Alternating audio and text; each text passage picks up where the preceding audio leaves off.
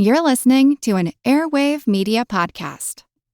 The family that vacations together stays together. At least, that was the plan. Except now, the dastardly desk clerk is saying he can't confirm your connecting rooms. Wait, what? That's right, ma'am. You have rooms 201 and 709. No, we cannot be 5 floors away from our kids. The doors have double locks. They'll be fine. When you want connecting rooms confirmed before you arrive, it matters where you stay. Welcome to Hilton. I see your connecting rooms are already confirmed.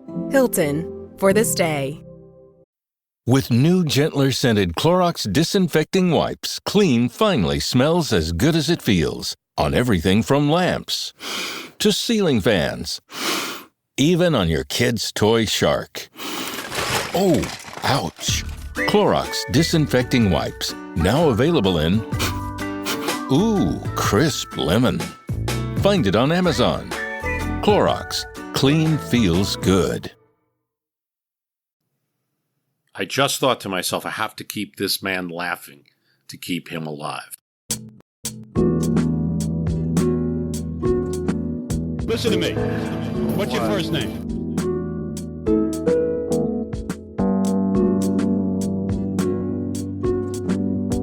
Give me a name. In 1994, shock jock Howard Stern, who's best known for his sexually charged adolescent humor at times, but nuanced and funny and a very smart professional broadcaster. Have a secret party. But always saying kind of outrageous things and doing stunts. He's on the top of the world. He has millions of loyal radio listeners at this time. Very upfront about it. That's the thing. When you're honest and you throw light on the situation, no one can have something on you. And is on in many markets outside his home market of New York City. In fact, he briefly launches a bid for governor of New York on a Libertarian Party, promises to end highway tolls. He drops out. He never becomes governor. But it's in September, one day during his live morning broadcast, when a man calls to the show and says he's at the George Washington Bridge in New York. He has a cellular phone, which not everybody had then, but some did. And he says he's ready to jump. About 8 this morning, a distraught man called Stern on a cell phone saying he was on the George Washington Bridge and was going to jump off and take his life. He only identifies himself as Prince. We can't tell if it's real or not, but... What do you think? What does it sound like? Hello? What does it sound like? What do you think is going on? Well, I hear the bridge, but I don't know if you're for real or not. Now, Howard Stern's known for humor. He's known for playing pranks. Maybe this is one he doesn't know, but he switches gears a bit and tries to keep the caller talking. Do you have a job, sir? Do you have a wife? Why are you killing yourself? Because life sometimes, you know, and I've been here before. I come here often. You have a hobby? You have something that you do? So... No. Just relax. You have kids? Yeah. Oh, Man. There's still a thought in the back of the mind among Stern and the crew at the radio station that this could be a prank on them, but it sounds real. So he thought he'd get the audience involved.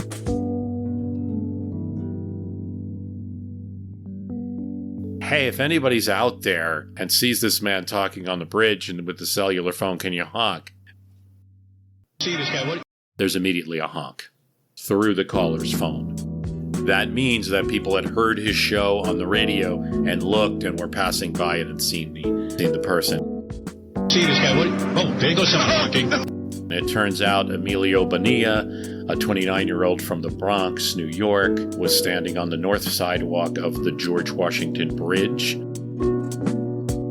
Yeah, what happened? What a time to have your phone go kaput. My battery's running low. Oh. So am I.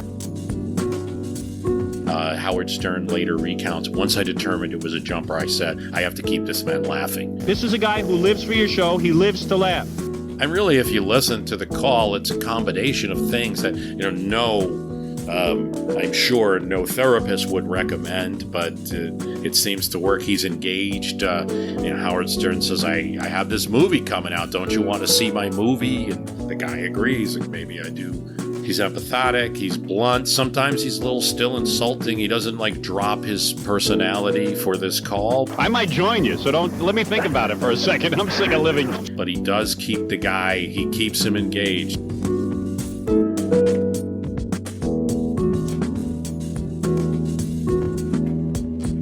The Port Authority Police is listening, and they dispatch officers to the scene.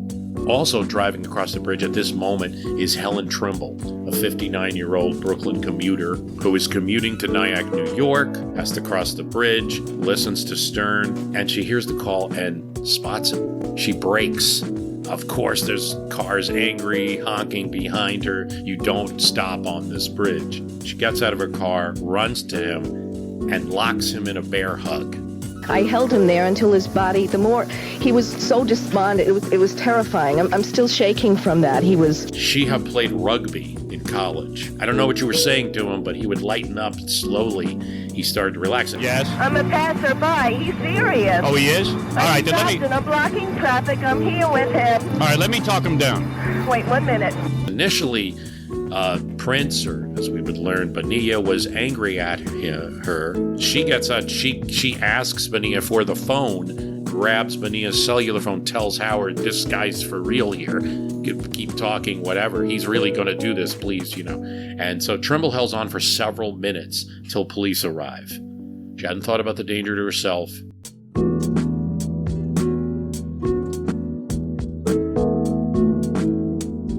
All of this is occurring live on the radio show. Eventually, Yeah, hello? Yeah, this is, I'm a friend of yours. By the way, the police are here. They got him handcuffed now. They got him in handcuffs? Good. Yeah. That's all I was doing. Person who has his phone will say, we've got him in handcuffs. And he is charged because he has cocaine on him.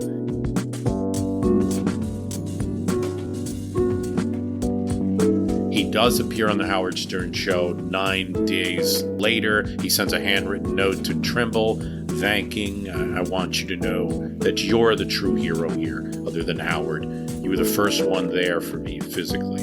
20 years later, she would say the experience taught her to live your dreams because tomorrow they never come. A lesson she passed on to her son Richie, who later would try to break the world record for riding the tallest bike. And I really tried to find information about Bonilla since, and I'm sorry to say that I don't see anything public about it. He does show up in 1995 in some unemployment claims. Beyond that, I don't know.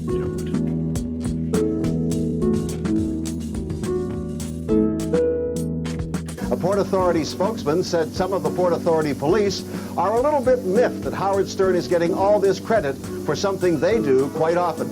Laughter is the best medicine, and you did it for me, Bonilla would tell Howard Stern.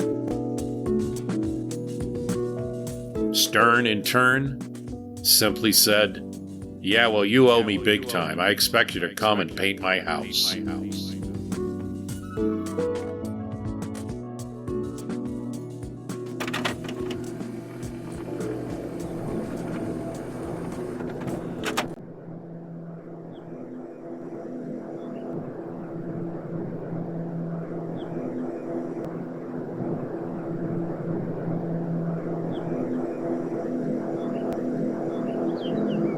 My feelings are ambivalent as I sit on the front lanai of my rented bungalow in Palm Springs, California, grooming my 2 dogs, smelling the cinnamon nighttime pong of snapdragons and efficient whiffs of swimming pool chlorine that drift in from the courtyard while I wait for dawn.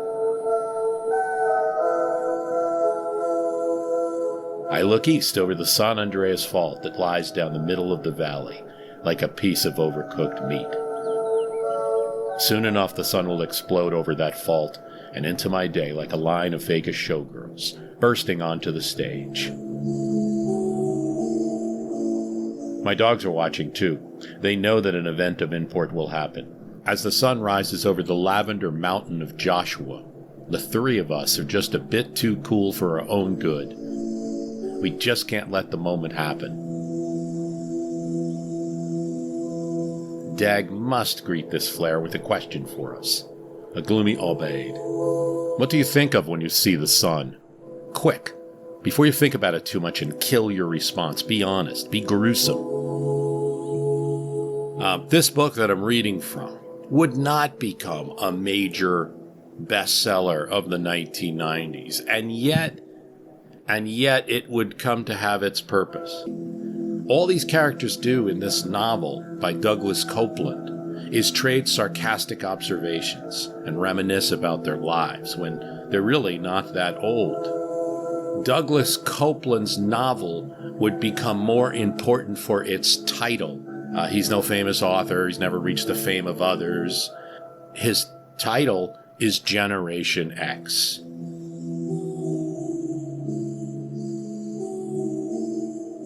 And so Coupland would end up naming a generation and introducing the naming convention to generations that has stuck mostly. We now have Generation Z. We're about to have Generation Alpha. What's almost as interesting as the novel itself is the sidebars. So it's strewn with this glossary on the sidebars.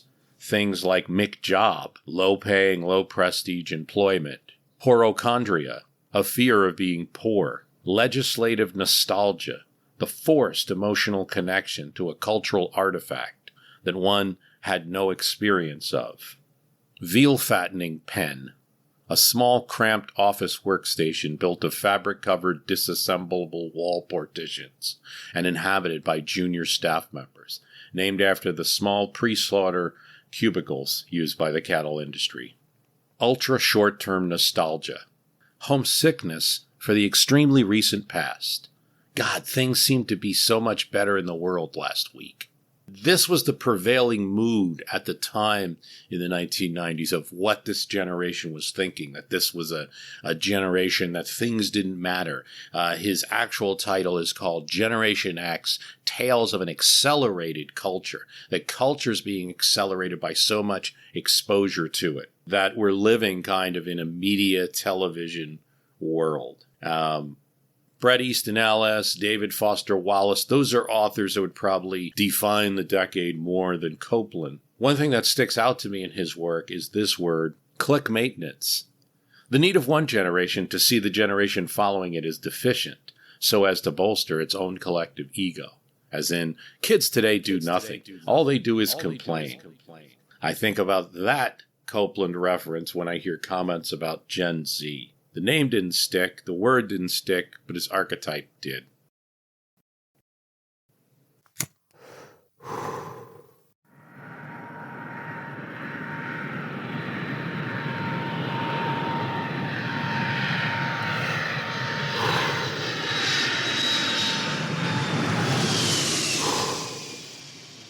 American Airlines had a flight attendant named Patty Young, and she was doing the rounds of the plane when she smelled smoke and she noticed that a passenger was smoking in the lavatory of the airplane.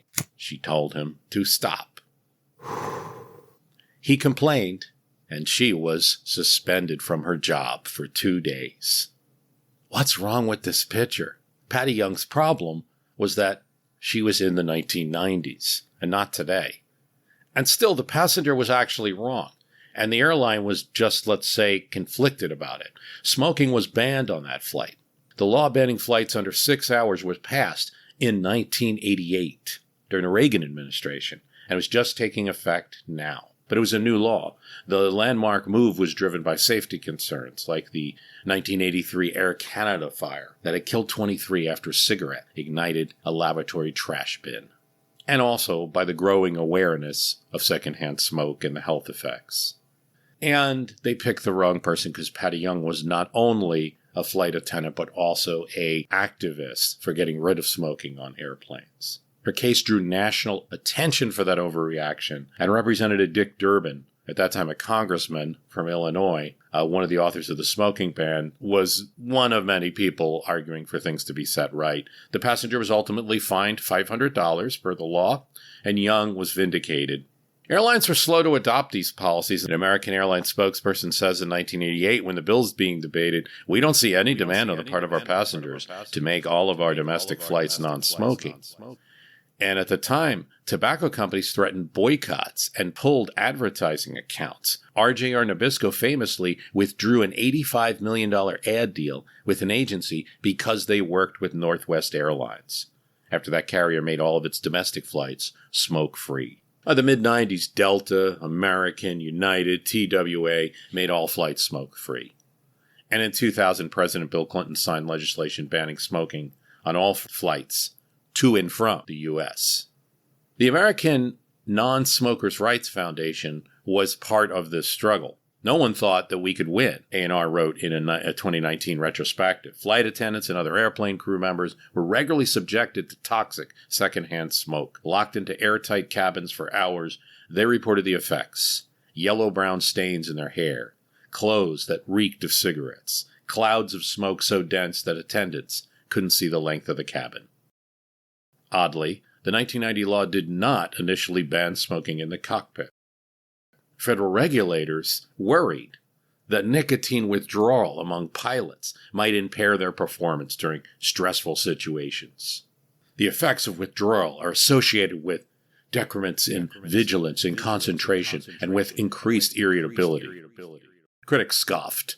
A&R and flight attendant unions said, yes, this is a situation to be worked out, but it's quite a double standard. Flight crews were expected to endorse smoke, but pilots were protected from withdrawal. Not only that, because pilots were given grace for the symptoms, smoking proponents then began to ask, well, what about us? We're on these long flights, and we have withdrawal too.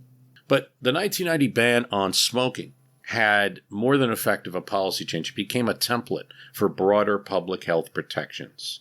Then you go to restaurants, to workplaces, to public housing.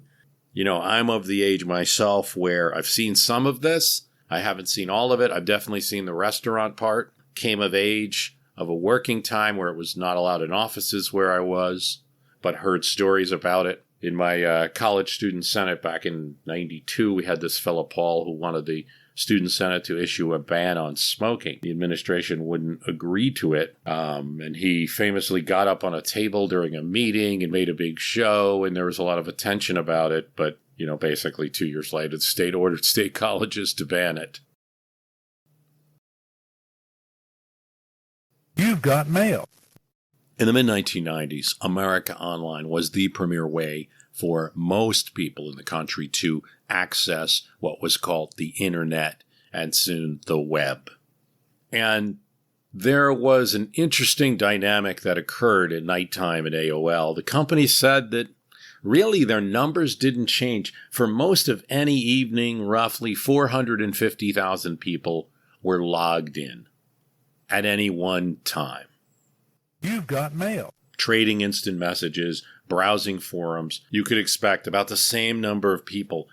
That was noticed in Hollywood. Especially the TV executives were saying, we can't seem to affect this medium. Is this a threat? Are they pulling people from us? Is it competition?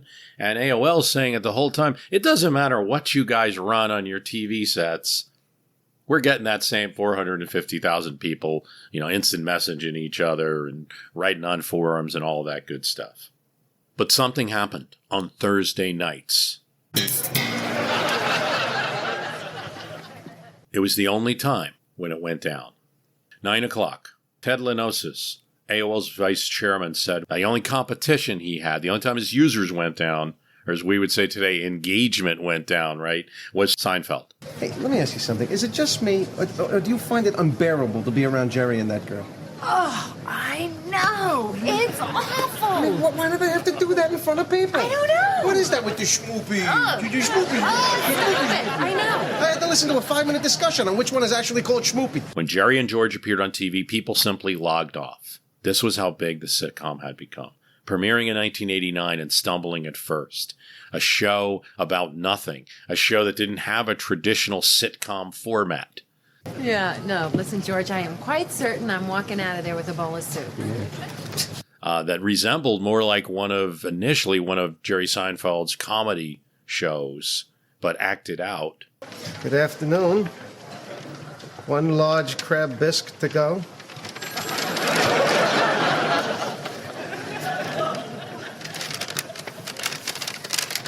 Red.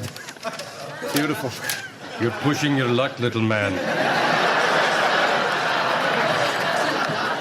Sorry. Thank you. It found its place in 1990s America, and it would turn all the small frustrations like parking spots, soup lines, a bad date into the stuff of comedy legend.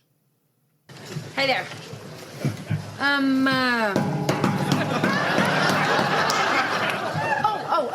One mulligatawny and, what is that right there? Is that lima bean? Yes. Never been a big fan. Has anyone ever told you look exactly like Al Pacino? Very good. You know something? No soup for you! Come back 1 year! Next!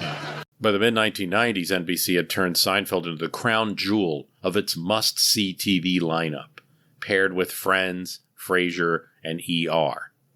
So Seinfeld plays right into this marketing concept that the TV has. Because you may have heard this term must-see TV, and I'd always just thought of it as some slogan or whatever. But the whole idea was to get people to Thursday because Friday and Saturday were key spending days for people with high income. So if you can reach those high-income viewers on Thursday night, you can get them especially for things like movies and car sales, and no surprise, Seinfeld was getting plenty of bookings of those type of things. It charged premium ad rates and eventually raked in hundreds of $millions for NBC Network.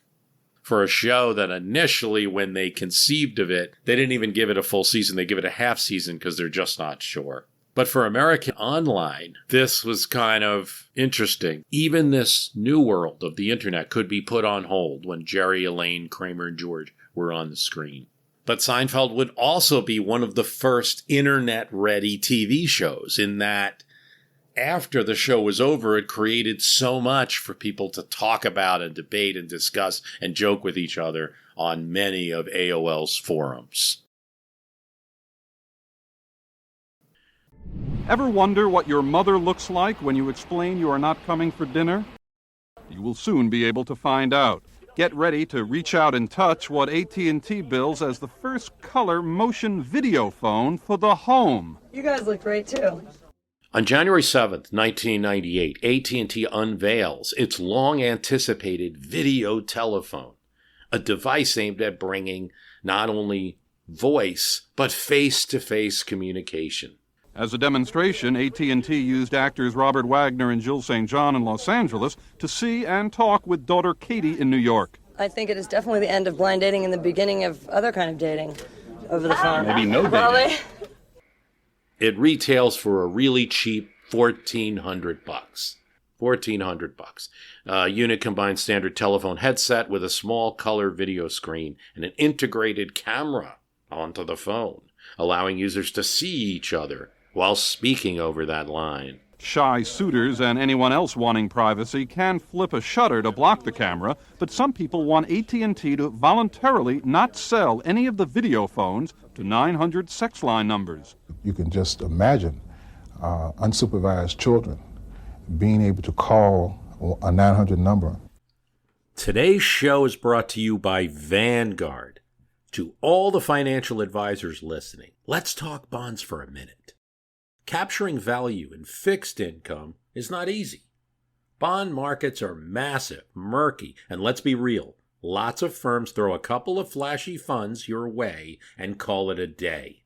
But not Vanguard. Lots of firms love to highlight their star portfolio managers, like it's all about that one brilliant mind making the magic happen. Vanguard's philosophy is a little different. They believe the best active strategies shouldn't be locked away with one person. They should be shared across the team. That way, every client benefits from the collective brainpower, not just one individual's take. So if you're looking to give your clients consistent results year in and year out, go see the record for yourself at Vanguard.com/audio. That's Vanguard.com/AUDIO. All investing is subject to risk. Vanguard Marketing Corporation Distributor. Sean Bean and Connie Nielsen star in Robin Hood. From Sherwood Forest to the Norman Court, a classic tale reborn for today. The story continues to unfold. New episodes Sundays on MGM+. We've been hearing about picture phones since the World's Fair in the mid-'60s. People have been able to see and talk with each other more recently through business teleconferencing. Usage jumped dramatically because of the fear of terrorism during the Gulf War and the lower cost versus flying. The big difference here in the home, no special equipment, you can plug it into a standard wall jack. AT&T markets it as the next step in personal communication. The picture, though, is not the best. 10 frames a second. Kind of like talking to early shuttle astronauts. The motion is kind of jerky.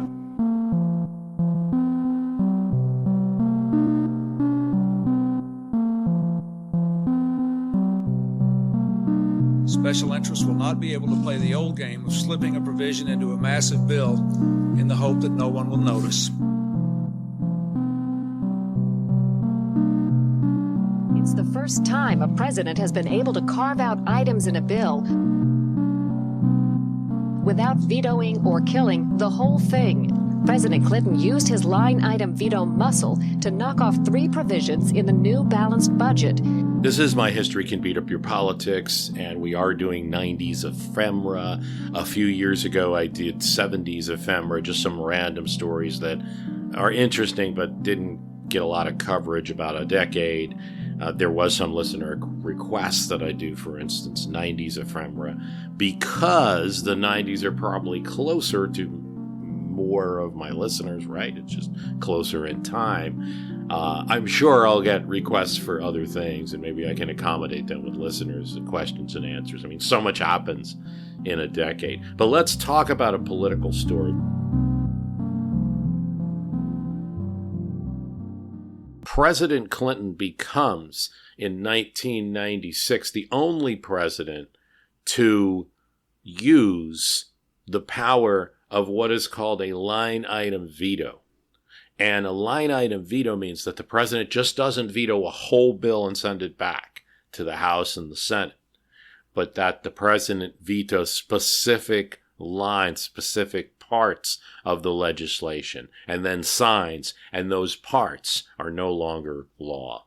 Medicaid spending that would have given preferential treatment to the state of New York, and 2 tax breaks. One would have let a few companies escape income taxes on their overseas operations.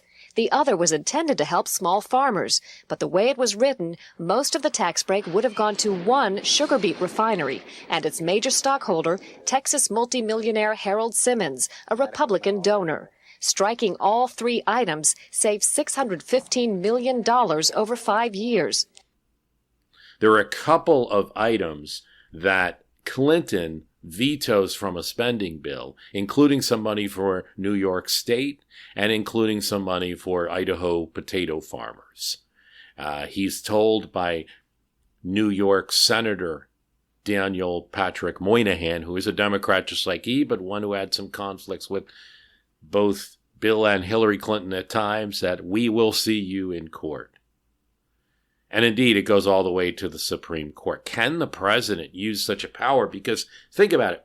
I'll present both sides. On one hand, Republicans who were in power in Congress when the legislation was put forth, and Clinton, who styled himself as a moderate Democrat, as a governor, had this power in Arkansas, and wanted the ability to cut spending, saying we'll never cut spending unless you give the president this authority to zero out things. Everything is going to be horse traded and federal spending will go up. And that makes Clinton very different from either Obama or Biden that you would see recently. Just in the style of presidency that he had, and that he was willing to agree with Republicans where he felt it matched his interests. This goes to the Supreme Court. In a 6-3 decision, with a majority opinion written by Justice John Paul Stevens, they held that the Line Item Veto Act of 1996 violated the presentment clause of the U.S. Constitution. That clause lays out the specific process by which a bill becomes a law. Congress must pass the bill in identical form, and the president must either sign or veto it in full. The court reasoned, and I have to agree with the court reasoned that by allowing the president to cancel specific provisions in duly enacted laws, in this case parts of budget bills, effectively the executive branch could amend or repeal laws unilaterally, something the Constitution does not permit. And if you want this, get an amendment. If the founders wanted it, the framers wanted it, they would have put it in the Constitution, or states would have suggested. I've looked not only at the Constitutional Convention, but all the amendments proposed by various states in the ratification conventions, and you're not going to find anything about a presidential line item veto in it. Stevens wrote that the power to change laws after they are signed must rest with Congress, unless the Constitution is amended. Bill Clinton wasn't actually happy about this decision. So it's funny, it's a Republican bill. A Supreme Court justice who's normally seen on the liberal side of the court, although he was appointed by Gerald Ford, issues a decision against it. And then a Democratic president is not happy about the Supreme Court's ruling. Different political times. When you know the president is prepared to use the line item veto, that tends to operate as a deterrent against the most egregious kinds of projects that would otherwise not be funded. Clinton had used this line item veto 82 times in 1997, striking out provisions that benefited everything from special interest tax shelters to local public works projects. After the court decision, he expressed disappointment that the ruling removed a valuable tool to discipline the budget and to make government more accountable to the taxpayer. Justice Antonin Scalia dissents on Stevens' decision. It's a partial dissent. He agrees with parts, disagrees with parts. This case is called Clinton versus City of New York, this line item veto case. And the reason he dissents is he believes that a future president could not execute certain provisions of law passed by Congress. So he disagrees with it for different reasons than maybe Clinton might. Scalia says the Constitution does not require the president to spend a dollar that Congress has appropriated. What the Line Item Veto Act does is not the same as a repeal of laws. It's the exercise of discretion over the execution of the laws, something the Constitution does not forbid, and in many instances clearly permits.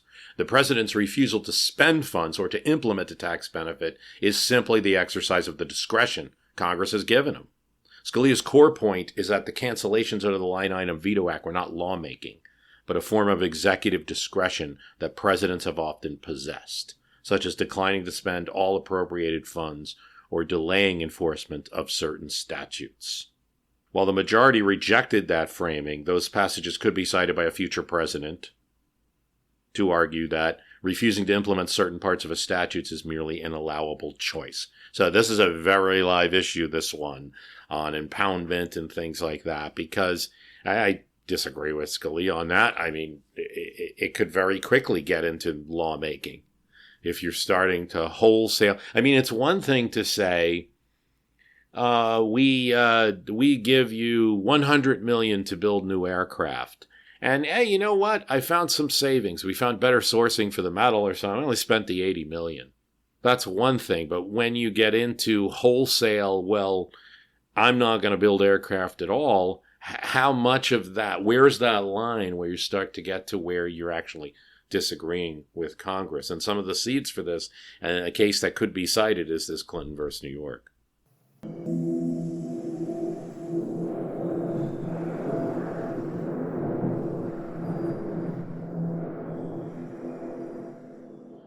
When you think about discovering planets, a new planet, your mind might go to a telescope. Or if you have a real imagination, like your mind might go to a group of people in a spaceship looking at a new planet, astronauts. That's not what happened in the 1990s with the discovery of the first confirmed planet outside our solar system, what you would call an exoplanet in astronomy terms. They didn't discover it in a ship. They didn't even use a telescope. They did it by math, radio waves, and computation of gravitational wobbles. It's a buzzkill for me. I'd rather discovery of a planet be a little more exciting than that, but I can assure you that the scientists were pretty excited. They discovered a planet. PSR B1257 plus 12, a pulsar. It wasn't quite steady. Its rhythm was ever so slightly off, and that tiny irregularity was the key. The scientists, Wolfson and Frail, realized that the pulsar's subtle periodic timing could only be explained if something massive was tugging at it, something like a planet. So they discovered the planet by, in effect, not discovering it, by discovering its effect on something else. But to confirm it, they used rigorous analysis. They concluded that at least 2 Earth-mass planets were orbiting in the pulsar. One had about 4 times Earth's mass, the other 3 with orbits of 98 and 67 days respectively. Now, if someone's expecting to find a green, lush, Earth-like planet with water and life, deers running around, plentiful fruit and vegetables, no. They knew enough to know, these scientists, that they didn't find that, even though they didn't ever see the planet. These weren't planets operating on a normal sun-like star. They were circling around a neutron star, a dead, incredibly dense remnant of a stellar explosion. There was high-energy radiation everywhere, a far cry from the warm water of our planet. It would be later in the year when Michael Mayer and Dieter Queloz would announce the discovery of 51 Pegasi b, the first confirmed extrasolar planet orbiting around an ordinary main sequence star. President Bush attends a banquet by Japanese Prime Minister Kiichi Miyazawa. It's 1992. Remember, Japan is everything. This is a big deal. American president goes to Japan at this time. Their economy makes China look little in 1992. They've got a lot of property they own in the United States, a lot of businesses they own in the United States, a lot of investment coming into this country. This is a big meeting, especially as the American economy isn't doing so well. Everything was proceeding well. President Bush was known for his diplomatic skill. And then Bush suddenly vomits directly onto the Prime Minister's lap. The room is in shock. First Lady Barbara Bush rushes to his side. Secret Service agents step in, grab the president. Likely it was a case of acute gastroenteritis. It becomes a media sensation in the U.S., and news channels are replaying the footage. One of Bush's potential opponents in the 92 election, Senator Tom Harkin of Iowa, says, if I had signed that trade deal, I'd be throwing up too. But even this story isn't the real ephemera story. In fact, this story's probably remembered better than the secondary story. The secondary story is it nearly becomes a major media disaster. Shortly after Bush collapsed, a 71-year-old man from Idaho, James Edward Smith, calls up CNN, the network, claiming to be the president's physician. He falsely reports that Bush had died. The call was initially routed to an editorial supervisor at CNN's main network. He flags it as a hoax, but there isn't good communication inside the building, and the false information somehow makes its way to CNN's headline news internal system, which prepares top stories. It has a 30-minute rolling news segment, so it's constantly delivering news and has to get those scoops out there. So at 6:45 PST, anchor Don Harrison began to read the breaking story on the air. This just in, the CNN headline news, and we say right off the bat, we have not confirmed this through any other source. It is very fortuitous that Harrison began with that big disclaimer, because that disclaimer gives him just enough seconds for voice off camera to urgently say, no, stop. Don Harrison pauses and immediately corrects himself. We are now getting a correction. We will not give you that story. It was regarding some rather tragic news involving President Bush. But updating that story, President Bush is fine, reported resting comfortably. CNN spokesperson Sven Haurf later confirmed the Secret Service had been notified, Smith was questioned, and placed under psychiatric evaluation in a private mental health facility. CNN, already aware of the risks of misinformation, pledged renewed vigilance. The near miss echoed a similar blunder in 1981 when ABC erroneously reported the death of Press Secretary James Brady, who didn't die during the Reagan assassination attempt, though he was badly injured. The story never made it to full broadcast, but serves as a cautionary tale, one that's probably been forgotten over time.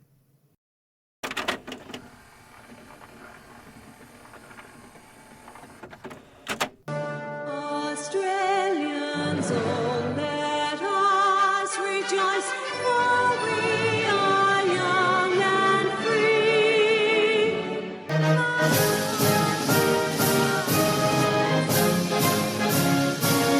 In 1996, the Australian ambassador finally returned to Paris. The ambassador had been withdrawn the year before. Now, you don't think of Australia and France as being enemies or fighting or arguing like this, withdrawing ambassadors, at least I don't.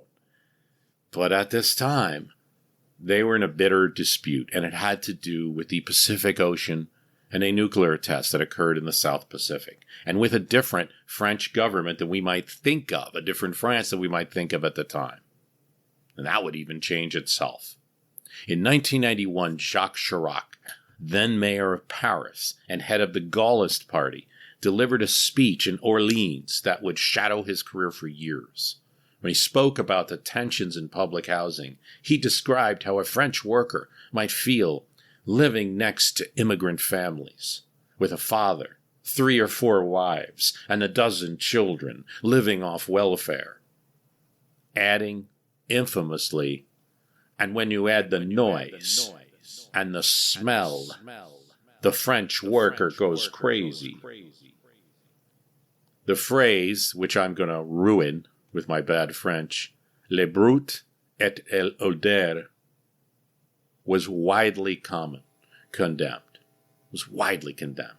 xenophobic, and it became a shorthand for this kind of dog whistle politics in France. Have we ever seen that again?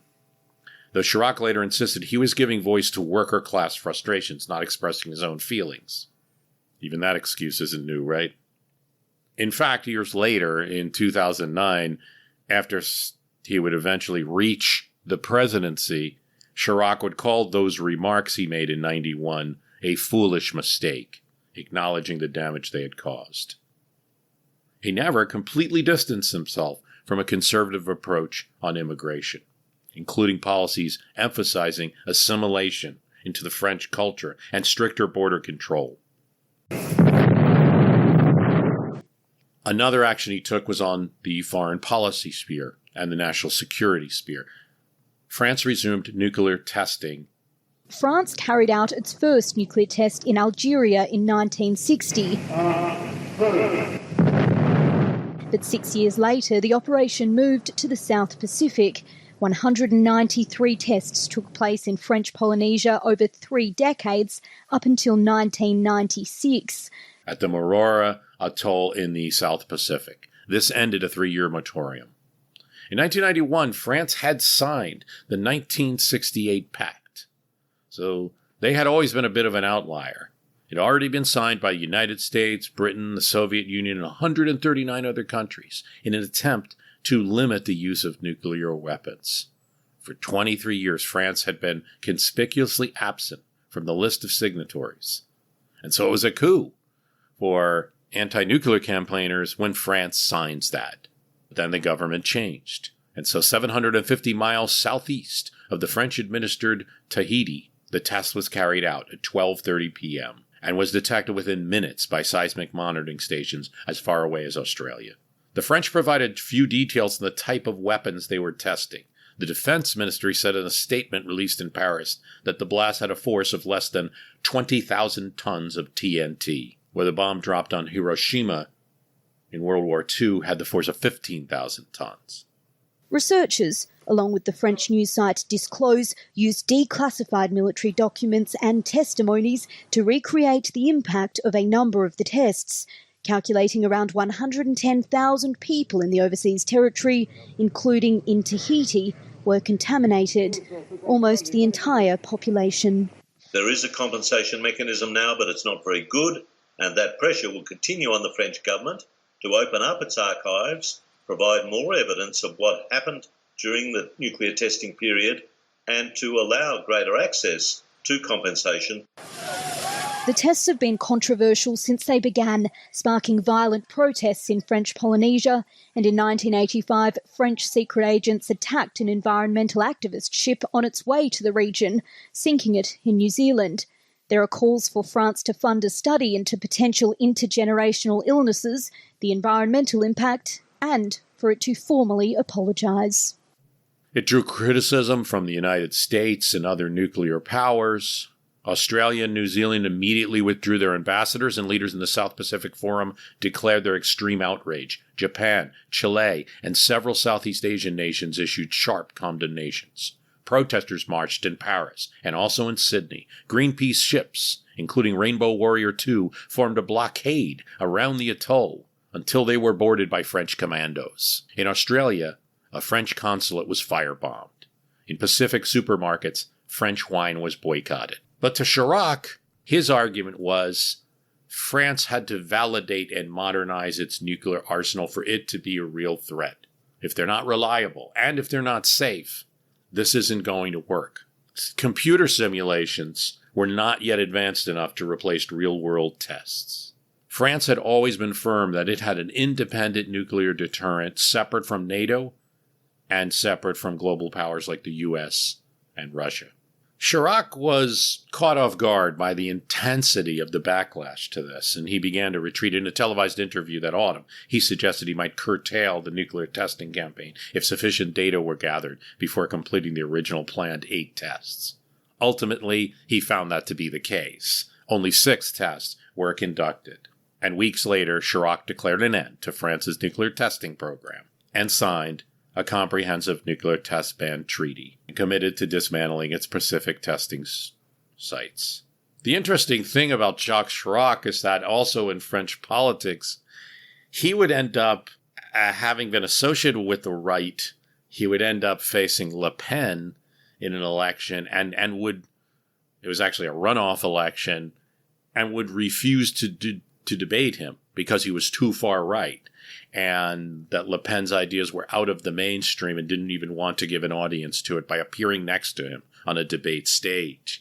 And he became, for at least an election, the darling of the moderates of French politics. At the 1990 Toy Fair in New York, buyers and executives were buzzing over a simple strip of steel wrapped in fabric. That's all it was. Slap me! Slap me! Steel wrapped in fabric. But when straightened and slapped against a wrist, Slap! it coiled up instantly and made an instant bracelet on the person. Slap! Slap! And they called it by what it did. Slap wraps. Slap! Slap! Slap! Slap! Slap! It was colorful and simple. It was made by Stuart Anders, a high school shop teacher in Wisconsin who started tinkering with metal ribbons in his father's workshop. He had developed a few years before, but he partnered with an agent, Philip Bart, and a marketing executive, William Murtha, to bring his idea to a marketplace. Murtha had worked for Coleco and other toy companies, launched Main Street Toy Company, and introduced slap wraps at the 1990 Toy Fair. The product is an instant hit with buyers. They love it. It's so good that demand for these things and word for these things get out. Initially, Main Street Toy Company moves over 1 million units at $2.50 a piece, and they have back orders for millions more. Therein lies the problem. The product shown at the Toy Fair before patent protections and full production was in place to take advantage of those back orders and fill them. And in that intervening time... Hey! Did you see these new... Get amongst its slap bracelets! Whoa! Yeah! It's like the newest thing! Other toy companies, particularly those from other countries, are able to create knockoffs and flood the market. They come in different colors?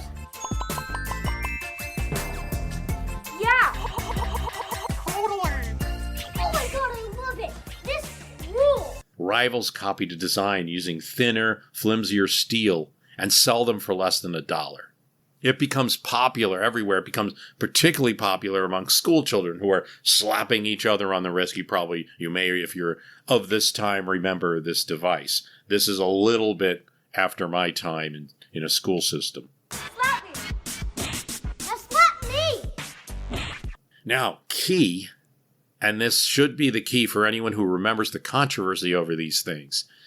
It's probable that if the Main Street toy and the Anders version of this toy was the one that was most released on the street, that you wouldn't have had the safety conversations that you had later. But as you had all these knockouts that were made with this really thin metal, the thin steel could break through the fabric and cut children. Injuries in schools across the U.S. prompt bans, including bans in New York and Pennsylvania. And Main Street is forced to delay shipments while it redesigned the bracelet with thicker and safer steel. The partnership between Mertha and Bart and Anders, with all these delays and all these competitive knockoffs, unravel. Bart blames Mertha for failing to protect the product at the toy fair. Mertha accused Bart of raising prices, delaying production. All of them sue each other. Mertha eventually is told to pay $750,000 in unpaid royalties. Bart and Anders are left with warehouses full of inventory that can no longer be sold. The moment had passed. Slap raps are not only a relic of early 90s pop culture, but also a cautionary tale for business. The pride that Canadians have. Every person you meet, just so nice. It's the people that make it so special. People here genuinely care about you.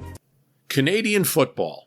It's still enjoyed by many people. Perhaps those on the border states of the United States watch it a little more. I know it's very well watched some parts. Canadians and the executives of Canadian football are noticing that their game is being watched so much that maybe it's time to just have teams in the United States. And so in 1993, the Canadian Football League admits its first United States franchise, the Sacramento Gold Miners. After modest success, the league then expands further into the U.S. with the Las Vegas Posse, then the Baltimore Stallions, and the Shreveport Pirates. For this 1995 season, the American teams were split off into their own South division. So I guess, yes, with Canadian football, the whole country's in the South, right? The Birmingham Barracudas and the Memphis Mad Dogs are added. Then the Gold Miners relocated to become the San Antonio Texans, playing in the Canadian Football League. So Canadian football is very similar to American football, but there are differences largely designed to increase the pace of the game. For instance, in American football, it's very well known that until there is a snap, until that ball is thrown usually to the quarterback, only one player on that side of the field is allowed to be in motion, the man in motion. Whereas in Canadian football, many more players can do that, and you can start to run towards the line, creating that little extra boost of speed that you get once the snap occurs. It's also a little bit longer field. The speed I have, the big field definitely plays towards fast receiver. I think this league really highlights my abilities to be an every down back. So it's 110 yards long, 20-yard deep end zones. The American field has 10-yard deep end zones. A little bit harder to score in if it's a smaller target. The style produces more passing yards, big plays per game. Total touchdowns aren't higher because drives can stall quickly if passes fail. There's also a rouge where the ball is kicked into the end zone and not returned out. There's no such, you can get a point that way. No such rule in the U.S. So, listen, I've heard, and this is just me talking, I have heard people talk that maybe a model for American football to follow is Canadian football, to go to more of those rules if you want a safer game, if we're concerned about the American game and the impact on injuries and things like that. And it doesn't take long. In 1995 already, the Stallions of Baltimore become the only non-Canadian team to win the Grey Cup, the championship of the Canadian League. Despite all American teams having the advantage of not being bound to the minimum pay that Canadian teams had, only the Stallions proved to be an on-field and off-field success.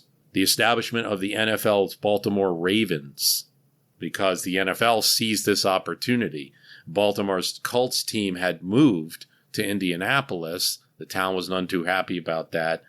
And they established the Baltimore Ravens. They do an expansion. And because of this NFL expansion and other factors, the CFL abandons its American experiment and retrend to keeping Canadian football in Canada. These images are just astounding. Can overwhelming. You imagine? Just how much water. The Great Mississippi Flood of 1993, one of the most destructive, prolonged natural disasters in U.S. history. In the spring and through the summer of that year, relentless rainfall occurs across the Midwest. 30 inches of rain fell in northern parts of Missouri in the month of July alone. That's a lot. I mean, that's not quite the annual average, but that's pretty close to it at least. Yeah. One bridge opened for the span of Missouri, so it took hours to get around. Oh, yeah. And I remember, just minutes. I mean, going from Topeka, 93 was also a big one there. 51. Some areas receive 2 to 3 times their normal precipitation. Rivers are swelling beyond capacity, including the Mississippi and Missouri. Some of them are overflowed for weeks. Rivers, these big rivers and rivers around the area. More than 50 people lose their lives. Tens of thousands were displaced as towns, farms, and infrastructure across 9 states are inundated. The Mississippi River stayed at flood stage for over 150 days in some areas, which was a record. Your podcaster you're listening to now, while I wasn't trapped in the flood or anything like that, I did have to get rerouted. Finished training for the day? Time to fight post-workout fatigue with Core Power Protein Shakes. They're packed with 26 grams of high-quality protein to build muscle and electrolytes to help hydrate. The nutrition you need to help your body replenish, rebuild, and repair post-workout so you can power on to the next one. Champion your recovery with Core Power. Visit corepower.com to learn more. On a train trip that I took, when I got to Chicago, Amtrak informed us that the bridge had been flooded. And all I can tell you is this bridge is pretty high up, the railroad bridge, and had to be flown to Denver. No harm, no foul. Got to my destination fine. Unfortunately for others, they were not so lucky. And economic losses would top $15 billion, and 30,000 square miles were affected. The town of Belgique was an unincorporated community in Perry County, Missouri. It's located, or was, 5 miles south of Chester, Illinois. A town already existed in Missouri that had the name of Belgium.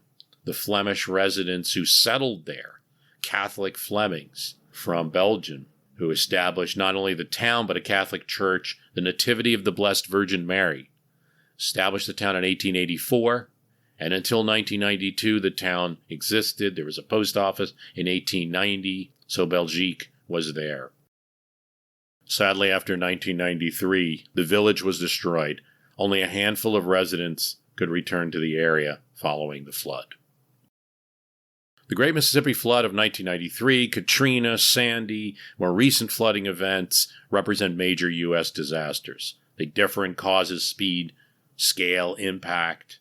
The 93 flood was what could be considered a slow-building inland disaster, with months of relentless rain and saturated ground. Huge area of scope, but compared to some flooding events that we had, because it wasn't as sudden, there was time in some places to create sandbags and things like this. It caused relatively few deaths. Relatively. But massive agricultural and infrastructure damage.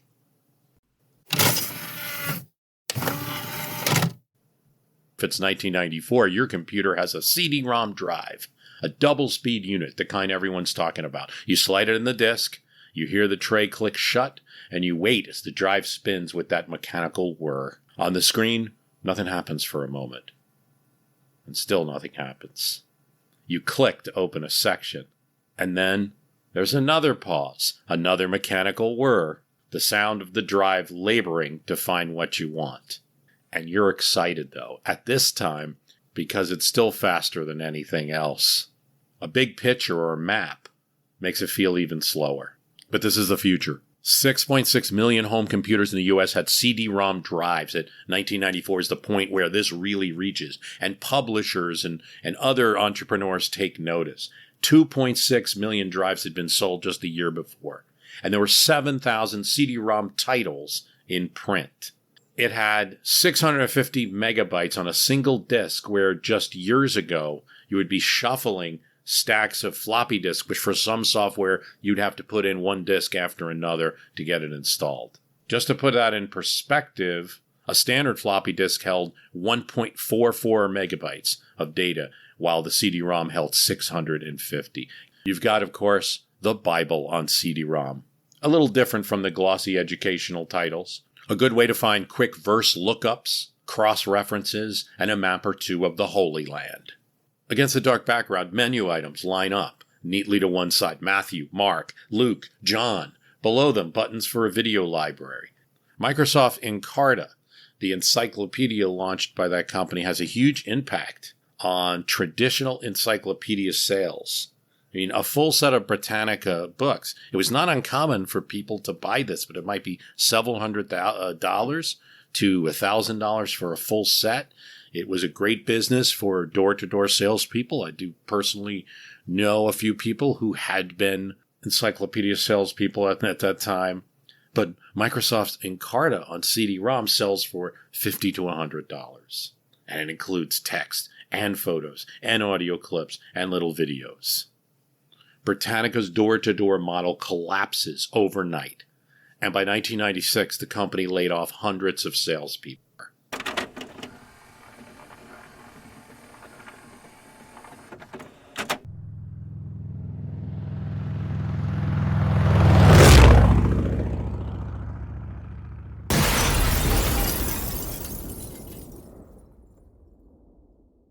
Shortly before 2 a.m. on September 12, 1994, the quiet over Washington, D.C. was broken by the low drone of a red and white Cessna 150 flying just above the treetops. Everybody says, "What's going on here?" The two-seat propeller plane banks sharply in a U-turn near the Washington Monument and now lines up with the South Lawn and skimmed over the fountain and the flower beds. This is all happening in seconds. It bounces off the grass, clips the branches of a magnolia tree that was planted by Andrew Jackson, and slams into the White House south wall. 2 stories below, where the Clintons have their bedroom. Bill Clinton, First Lady Clinton, and their daughter Chelsea were staying across Pennsylvania at Blair House during this time because there were ventilation repairs on the White House. The pilot is Frank Eugene Corder, and he's killed instantly. Corder, who was 38, had taken off from Aldino Airport in Maryland while heavily intoxicated. He stole the plane. He flew straight into restricted airspace that extended 1 nautical mile around the White House, up to 18,000 feet. Clinton looked out a window at the wreckage and publicly downplayed the event. "The White House will be kept safe, and it'll be kept open." It turned out Corder's life had unraveled months before the crash. He lost his trucking job, faced financial and legal trouble, battled with alcohol, entered the collapse of his 3rd marriage, and mourned the death of his father all at the same time. At least investigators say this wasn't an intended assassination attempt at the president, but more of an attempt to get attention. And then on September 16th, just a couple days later, the White House has an electrical fire that breaks out in the 2nd floor room used by the president's staff. The D.C. Fire Department has to respond to the White House, quickly extinguish the blaze before it could be spread. It draws now what would have not even got media attention, now gets national media attention. White House press corps involved because of what had happened 4 days before with the Cessna. And then, roughly a month later,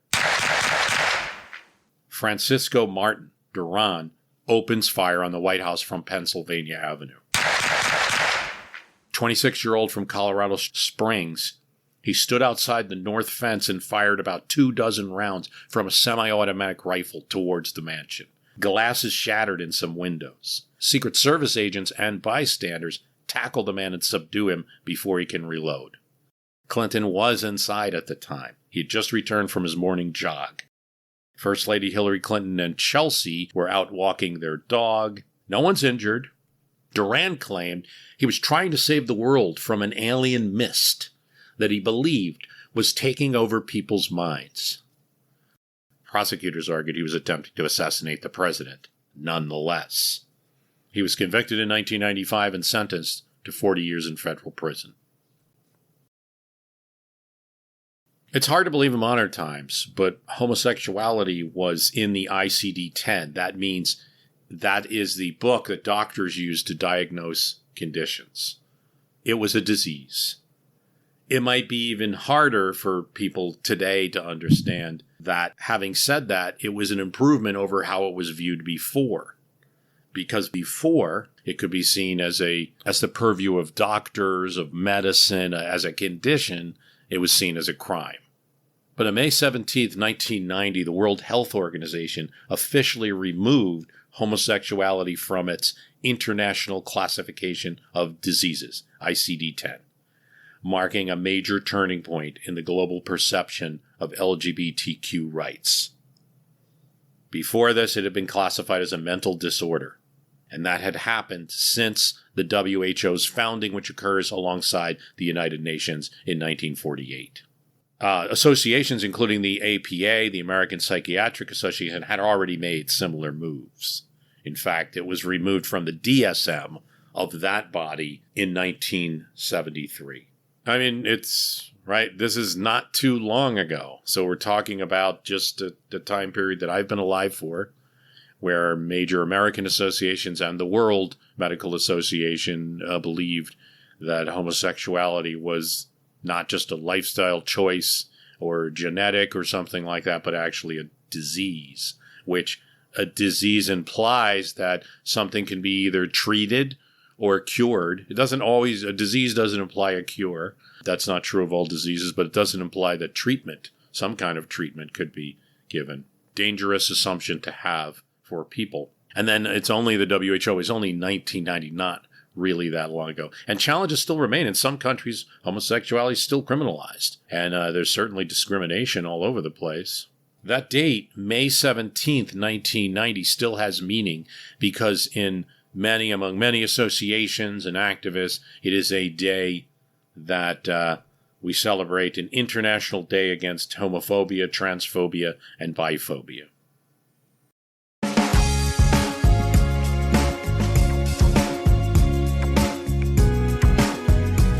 Amidst great hoopla this week, Donald Trump is opening his $1 billion Taj Mahal casino in Atlantic City. Some economists call it a reckless gamble, but the customers we talked to seem to like it just fine. This is truly the eighth wonder of the world. We think the Taj Mahal is beyond belief from any standpoint, and we think it's going to be a tremendous success. So if you go right now to Amazon or one of the bookseller places and you want to buy, say, The Art of the Deal, you'll find no shortage of copies to buy. Certainly, it'll be heavily promoted. If you want to buy one of his many other books that the current president, as I'm recording this, wrote, you will find books in abundance. But interestingly, Donald Trump's 1997 book, Trump, The Art of the Comeback, at least at the time that I'm recording this, which means it's been true of the time of his first term and so far in his second, almost a year into his second, you will not find this book in regular sales or being reprinted. In fact, you'll have to buy Trump, The Art of the Comeback, in some kind of used format. It's often quite expensive. It could be several $100s. I once owned this book. I do remember it in the late 90s having this book. It's co-authored with journalist Kate Bonner. That's very common for him to do. And this book talks about his recovery from his financial setbacks. And maybe that's why that it's not something that he wants to advertise. It's an interesting book because it offers insights into an approach to overcoming adversity, some personal stories, some business advice. By 1990, Trump's debts had escalated to about $3.2 billion. and only a few of his 22 assets generated any profits.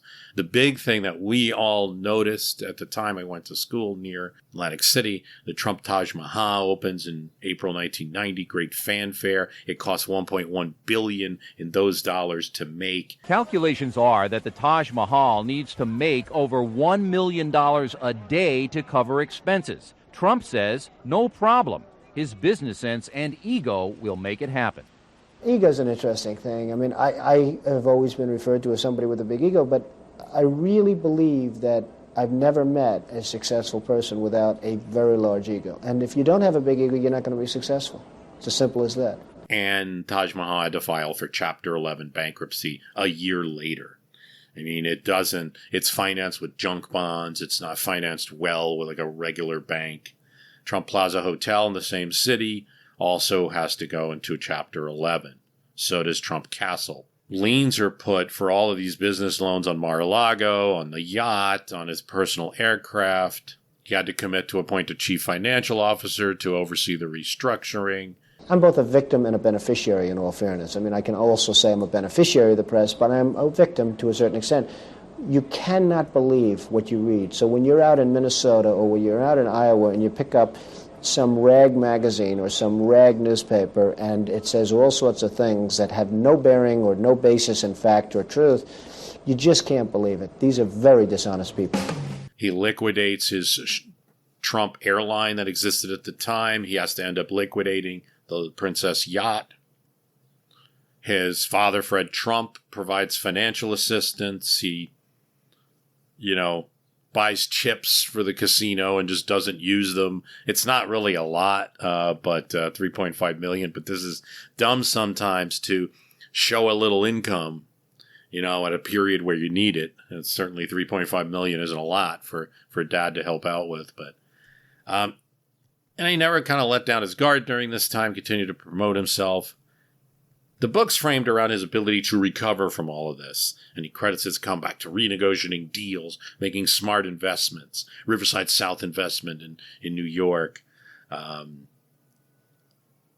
He has 10 success principles. Stay focused, go with your gut, get even, always have a prenuptial agreement. He emphasizes that being paranoid is a survival mechanism. Anticipating betrayal or failure helps to prevent it. He thinks traditional corporate executives lack the risk-taking ability for true success. None of this is shocking, right? He discusses his divorces with Marlo Maples and Ivana Trump. Both of them dispute his claims. He criticizes Tina Brown, the then editor of The New Yorker, accusing her of failing to follow through on promises to write favorably about him. He recounts his issues with Alicia Machado, who is the 1996 Miss Universe contestant, who he claimed had gained too much weight and became an enemy of his. This comes up at the first debate in the 2016 election. Hillary Clinton brings up Machado. He calls out journalists and business figures. He states that he has an aversion to germs and dislikes shaking hands, even considering taking out newspaper ads to discourage people from shaking hands. I'm not sure where he's at with that. That's probably an interesting thing to consider. He's got to have to do some of that. He must have had to overcome that fear. Most of the book is not a surprise. There's things like, play golf, be a fighter, use press coverage, positive and negative, to your advantage. But this book is not released at a time when Trump's on the rise. It's not released at a time where he's the media darling anymore. He kind of had that in the late 80s, and he has it, obviously has it since 2015 or so. But this one comes out, and the New York Times will say, he has interesting ideas, but should keep his mouth shut. Salone noticed that his honesty could be a political liability because he was talking about running at times. I always notice that there's one section of this book that I remember very well. And it's not totally, it's just an odd thing to hear from him. And it's kind of a do what you love type advice. And so he talks about this friend of his who, friend, business partner, whatever friend. And he always talked about designing golf courses, and he'd make wonderful looking golf courses, but he also did real estate investments on the side. And Trump's like, he's a lousy real estate investor. He should keep to designing. He's like, when I hear you talk about designing the golf courses, you're all excited and everything like that. And that's what you should do. But he didn't listen to me, he says, things like that. You should do what you like. You should do what if you do what you love, you'll be good at it, this kind of thing. And it's a much more 90s type nuanced book than his other books, and it's no longer in print.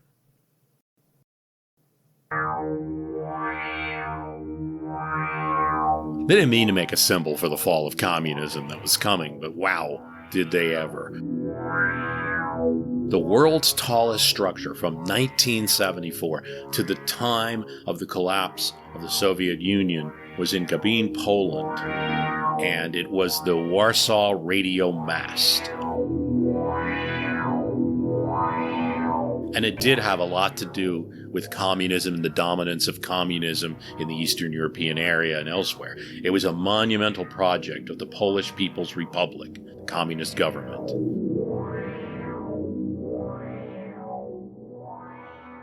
To show that they were tops in engineering, that they could do anything. It stood 2,120 feet or 646 meters tall. It was the tallest structure in the world at the time. And it broadcast long-wave radio across the globe. The extreme height of this mast, this radio tower, its broadcasting power, were not a mistake. It was explicitly designed to carry communist programming, especially Polski's Radio Program 1, to listeners as far as Antarctica, to Canada, and into the United States. In the context of the Cold War, it functioned as a kind of steel needle projecting the Polish regime's message into every corner of the planet. And its scale made it a point of national pride and an assertion of technological prowess.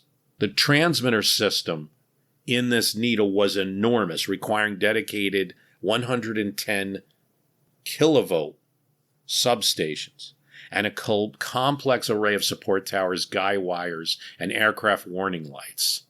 Construction began in the early 1970s and was entered into service in 1974. Celebrated nationally, covered in state-controlled media.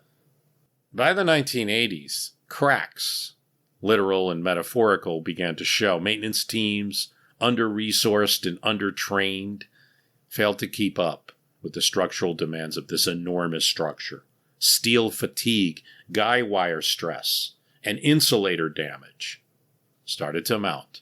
A 1989 inspection finds 13 broken strands in the guy wires, and by 1991, 7 insulator components had failed. They wanted to repaint the tower at one point, and they cannot due to equipment shortages.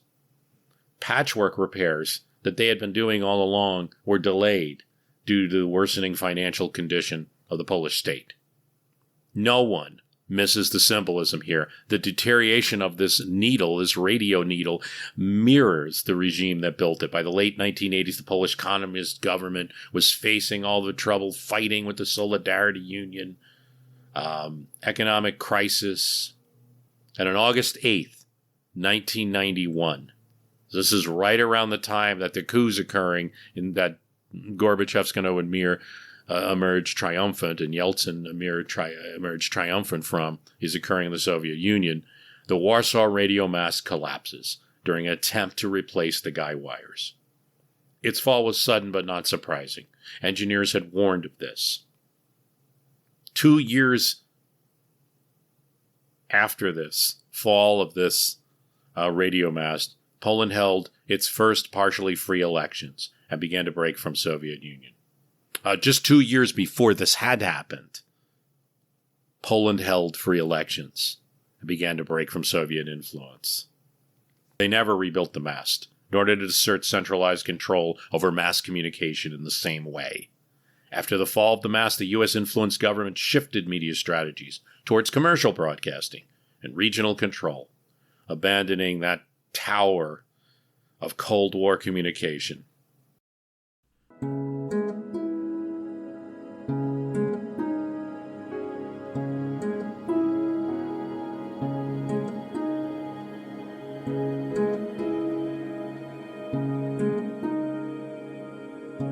In the final weeks of the 1992 election campaign, President George H.W. Bush made a breakfast stop at Waffle House in Spartanburg, South Carolina.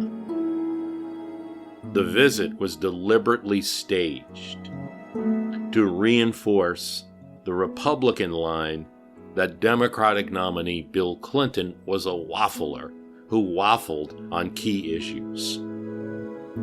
Bush's press secretary, Tory Clark, said, "This is not the White House. It's the Waffle House, and it's exactly where waffles should stay." Traveling with Bush that day was his son, Marvin Bush, and the dinner scene provided the kind of blue-collar, down-home photo op that Southern campaign swings were built on in that era. You have to understand, it's hard to believe, but in 1992, I don't know if the Clinton campaign thought they could get South Carolina, but they were closer there than any of the recent Democratic nominees. And spoiler alert, in the election, he won't win South Carolina, but he'll lose it by 8 points instead of 21 that the previous Democratic nominee did. This was concerning, not so much about South Carolina, but about the whole southern region.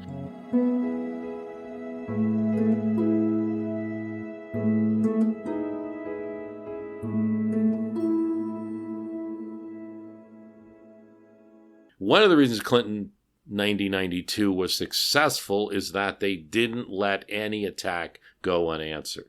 The very next day, aides handed out a mock Waffle House menu to reporters. Among the items on the Waffle House menu was a rack of lamb, a reference to the first Gulf War. It's a little funny reference, and I think what it is that George Bush had almost a 70% approval rating at the time of the Gulf War, but there was criticism by the time you get to the next year that he's spending too much time on foreign policy issues. So this is a jab at that.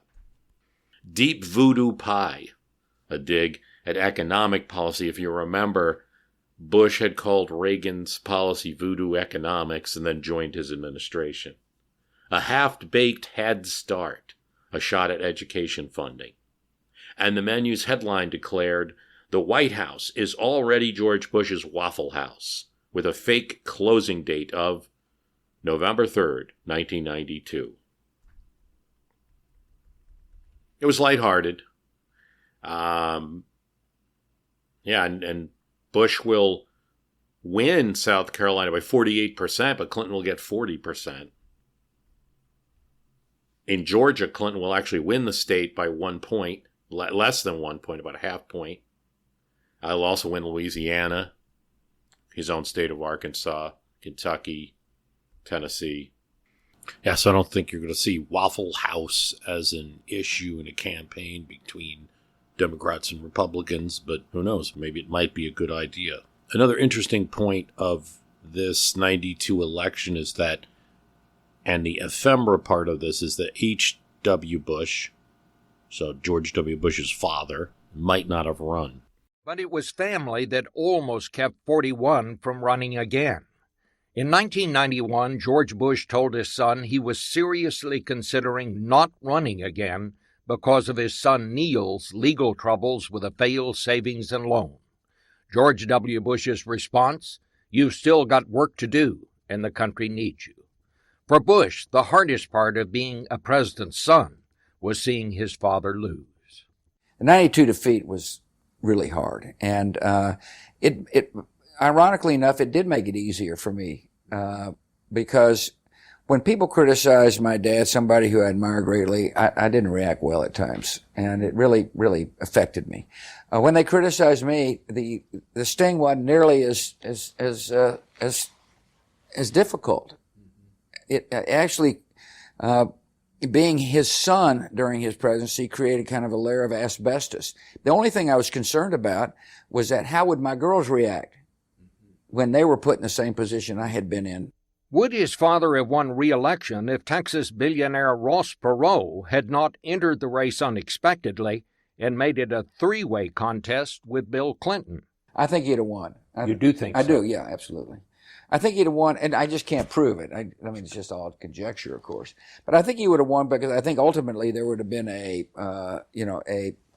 clear choice between, a guy who had a very good first term and a untested governor. After the Gulf War, when your father drove Saddam Hussein back into Iraq, his favorable rating went to 89%.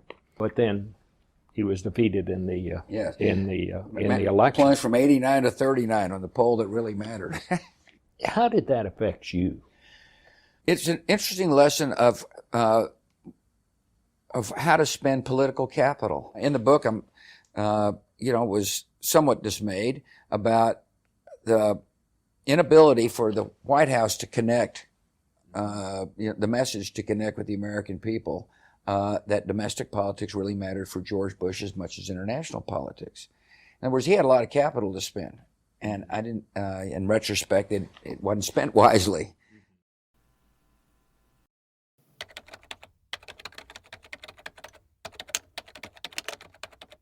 On October 30th, 1994, mathematician Thomas Nicely of Lynchburg College in Virginia reported a flaw in Intel's flagship microprocessing chip. Nicely had been doing number crunching when he noticed a small but consistent calculation error in floating point division. He verified the anomaly, and he posted his findings to the Internet, which quickly spread through technical forums and Newsnet groups. And the problem soon dubbed the Pentium FDIV bug, floating point division bug, turned out to be a design flaw in the processor's floating point unit that caused certain division operations to produce incorrect results beyond the 8th decimal place. The error was unlikely to affect casual users, but could be significant for scientific, engineering, or financial calculations at high precision levels. But this isn't a story about math. It's a story about public relations, because this Internet disclosure becomes a major public relations headache for Intel, who makes the Pentium chip. Initially, the company downplays the bug and says we'll replace chips for users who could prove that they needed precise floating point performance. Intel is harshly criticized for this stance. What kind of customer service is this? And by December 1994, they reverse course, announcing a full replacement program. This becomes one of the first stories to first reach thousands and then millions of people via the new Internet. We've come a long way since then.